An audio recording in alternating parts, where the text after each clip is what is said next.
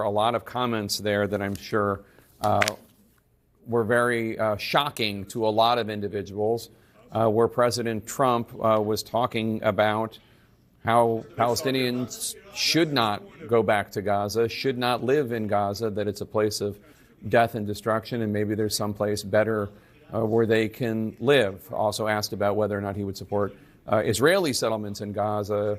He also said, why would that happen? It's a place of death and destruction. No one should want to live there. Very interesting comments, to use a word. John King and Beth Sanner are here. John, it was an interesting comment, and again, I'm saying interesting because I'm really not even sure how to respond to it, but Palestinians in Gaza, some of whom we should note have been living there for generations, their families, if not literally centuries, saying Gaza should not be there. It's not a, quote, place people should be living. If you don't think elections have consequences, listen to that over and over and over again. And President Trump says it so casually, sometimes you don't understand what he's saying, because he just says it as if he's saying, Tuesday comes after Monday and there's a weekend before that. That was the President of the United States sitting in the Oval Office endorsing the forcible resettlement of Palestinians off their own land, off land that international law recognizes as their land, as land that the United States, until 2 weeks and a day ago at least, recognized as their land. And the Prime Minister of Israel, the state created because Jews were forcibly relocated, forcibly resettled, and then killed in Europe by Hitler, sitting there smiling, while the President of the United States is saying we should forcibly resettle a people off their land. Now, the Arab nations in the neighborhood have all protested, mutedly, because they don't want to pick a fight with President Trump, but Jordan and Egypt have said no. It goes against everything the Arabs have said for decades. Now, the Arabs have often used the Palestinians as pawns in their other grievances. Beth can describe that better than me.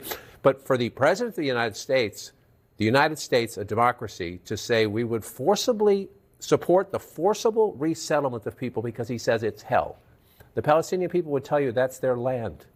And they didn't want to be, there was a terrorist attack on Israel on October 7th. We can never forget that. There was a terrorist attack by Hamas on Israel on October 7th. But the idea that a result of that should be the Palestinian people forcibly resettled off their land with no international conversation, no Palestinian representation by the President of the United States, I can't think of a bigger policy shift like that. So I guess one of the questions, Beth, is, first of all, in addition to what's your take on this, like how much of this is like, this is the policy? Because what he was just saying, like Steve Witkoff, as of now, his Middle East envoy, has been, by all observations that I've heard, been a very thoughtful and diligent leader in this region. Yeah.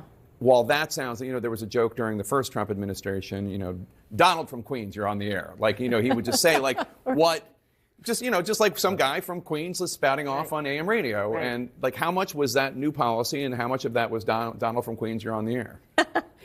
Well, I mean, it does, if you don't really, when you're not focused on the history of this place or what it means to displace people into other things, then it is common sense. It does kind of make sense. Why would you have people living in rubble with, as what National Security Advisor Waltz said today, and also Witkoff said today, I think 80,000 unexploded ordnance in this area with buildings falling down. It's literally a dangerous place. And both of them, the National Security Advisor, tried to change this, and they said, this isn't about cleaning up Gaza. This is about a safety issue.